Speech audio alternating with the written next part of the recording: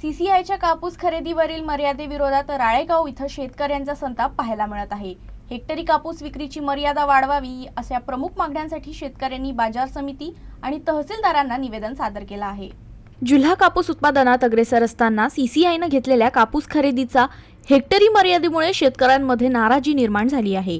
शेतमालाला योग्य भाव मिळत नसतानाच खरेदीवरील ही मर्यादा शेतकऱ्यांसाठी आणखी अडचणीची ठरत असल्याची भावना व्यक्त केली जात आहे। राळेगाव तालुक्यातील शेतकऱ्यांनी सीसीआयने खरेदीची मर्यादा वाढवावी अशी प्रमुख मागणी करत बाजार समिती आणि तहसीलदारांना निवेदन दिलं। व्यापारी खरेदी करताना शेतकऱ्यांची लूट करतात असाही आरोप शेतकऱ्यांनी यावेळी केला। ज्या शासनाच्या जाचक अटी आहे या जाचक अटीतून शेतकरी निघावा आणि त्याच्या मालाला योग्यशीर भाव मिळावा। जसं सीसीआयनी खरेदी सरकारने जरी सीसीआयची खरेदी केली तरी 13 क्विंटल हेक्टरी 13 क्विंटल खरेदीचा हे दिला आहे, तर 13च्या ऐवजी 30 क्विंटल 40 क्विंटल द्यायला हवी। कारण का 13 क्विंटल जर शेतकऱ्याला दिले त्याला जर 30 क्विंटल कापूस झाला तर उर्वरित त्या शेतकऱ्याला खुल्या बाजारामध्ये बेभाव विकावा लागत आहे। आणि म्हणून आमचे शासन आणि सरकारला मागणी आहे का शेतकऱ्याच्या हिताचं धोरण असायला पाहिजे।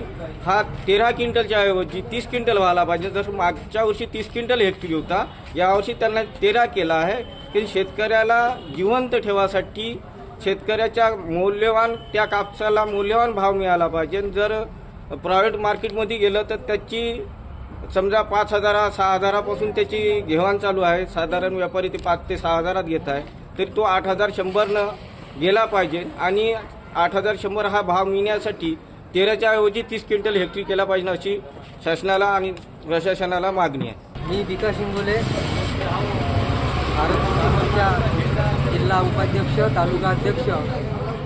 आज कृषी उत्पन्न बाजार समिती